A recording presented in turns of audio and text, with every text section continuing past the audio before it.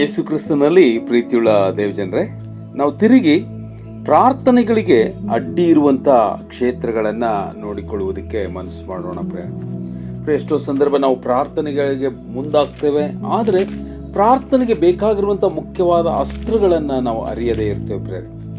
ದೇವರ ವಾಕ್ಯ ನಮಗೆ ನೇರವಾಗಿ ಕರೆ ಕೊಡುವುದನ್ನು ನಾವು ನೋಡ್ಕೋತೇವೆ. 2 ಪೂರ್ವಕಾಲ ವೃತ್ತಾಂತ 7ನೇ ಅಧ್ಯಾಯದ 14ನೇ ವಚನದಲ್ಲಿ, ನನ್ನ ಪ್ರಜೆಗಳು ತಮ್ಮನ್ನು ತಗ್ಗಿಸಿಕೊಂಡು ತಮ್ಮ ಕೆಟ್ಟ ನಡತೆಯನ್ನು ಬಿಟ್ಟು ತಿರುಗಿಕೊಂಡು ನನ್ನನ್ನು ಪ್ರಾರ್ಥಿಸಿದರೆ, ನನ್ನ ದರ್ಶನವನ್ನು ಬಯಸುವುದಾದರೆ ನಾನು ಪರಲೋಕದಿಂದ ಲಾಲಿಸಿ ಅವರ ಪಾಪಗಳನ್ನು ಕ್ಷಮಿಸಿ ಅವರ ದೇಶದಲ್ಲಿ ಆರೋಗ್ಯವನ್ನುಂಟು ಮಾಡುವನು ಎಂಬುದಾಗಿ ನೋಡೋಣ. ಎಷ್ಟು ಶ್ರೇಷ್ಠವಾದ ವಾಗ್ದಾನ! ಆದರೆ ಆ ವಾಗ್ದಾನಕ್ಕೆ ಹಿಂದಿರುವಂಥ ವಿಷಯ ಏನು? ದೀನತೆ, ತಗ್ಗಿಸಿಕೊಳ್ಳುವಿಕೆ. ಯಾವ ದೇವರ ಮಕ್ಕಳಲ್ಲಿ ಈ ದೀನತೆಯ ಜೀವಿತ ಇರುವುದಿಲ್ಲವೋ ಅವನು ದೇವರ ಮಾರ್ಗವನ್ನು ತಿರಸ್ಕಾರ ಮಾಡುವವನಾಗಿರ್ತಾನೆ ಎಂಬುದಾಗಿ ನಾವು ನೋಡ್ಕೋತೇವೆ.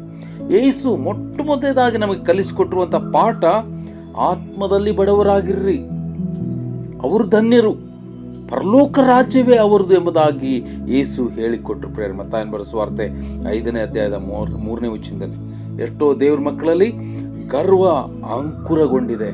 ಗರ್ವದ ಜೀವಿತವನ್ನ ಅವರು ಪೂರ್ಣವಾಗಿ ಸಾಗಿಸುತ್ತಾ ಪ್ರಾರ್ಥನೆ ಅನ್ನುವಂಥ ಜೀವಿತಕ್ಕೆ ಹೋಗ್ತಾ ಇರ್ತಾರೆ. ಪ್ರಿಯನಂದೇವ್ ಜನರೇ, ದೇವರ ಮುಂದೆ ತಗ್ಗಿಸಿಕೊಳ್ಳ್ರಿ. ಆತನ ತ್ರಾಣವುಳ್ಳ ಹಸ್ತದ ಕೆಳಗೆ ನಿಮ್ಮನ್ನು ತಗ್ಗಿಸಿಕೊಳ್ಳ್ರಿ, ಆತ ನಿಮ್ಮನ್ನ ಮೇಲಕ್ಕೆ ಎತ್ತುವನು ಎಂಬುದಾಗಿ ಯಾಕೋಬ 4:10 ನಾವು ನೋಡ್ಕೊಳ್ತೇವೆ. ಈ ಕಾರಣ ನಾವು ದೇವರ ಸನ್ನಿಧಾನದಲ್ಲಿ ತಗ್ಗಿಸಿಕೊಳ್ಳುವ ಮಕ್ಕಳು ನಾವಾಗಿರ್ಬೇಕು. ಯೇಸು ನಮಗೆ ಈ ಭೂಮಿಗೆ ಬಂದಾಗ ಕಲಿಸಿಕೊಟ್ಟಿರುವ ಮೂಲ ಪಾಠ ಅದು ದೀನತೆ. ಫಿಲಿಪ್ಪಿದವರು ಬರೆದ ಪತ್ರಿಕೆ 2ನೇ ಅಧ್ಯಾಯದ 5-6ನೇ ವಚನದಲ್ಲಿ ನಾವು ನೋಡುವಾಗ, ಕ್ರಿಸ್ತನಲ್ಲಿರುವಂಥ ಮನಸ್ಸು ನಿಮ್ಮಲ್ಲಿರಲಿ. ಆತನು ದೀನನಾಗಿ ಈ ಭೂಮಿಗೆ ಬಂದನು, ಆತನು ಯಾವುದೇ ಅಂತಸ್ತಿಕೆಯನ್ನ ಆಶೆ ಮಾಡಲೇ ಇಲ್ಲ ಎಂಬುದಾಗಿ ನಾವಲ್ಲಿ ವಾಕ್ಯದಲ್ಲಿ ನೇರವಾಗಿ ನೋಡುವುದನ್ನ ನಾವು ನೋಡ್ಕೊಳ್ತೇವೆ. ಪ್ರಿಯನಂದೇವ್ ಜನರೇ, ಈ ಕಾರಣ ನಮ್ಮಲ್ಲಿ ಯಾವುದಾದ್ರೂ ಗರ್ವದ ಹೃದಯ ಇದ್ರೆ ಅದು ಸೈತಾನನಿಗೆ ಸಂಬಂಧಪಟ್ಟಿರುವಂಥ ಸಂಗತಿಯಾಗಿದೆ.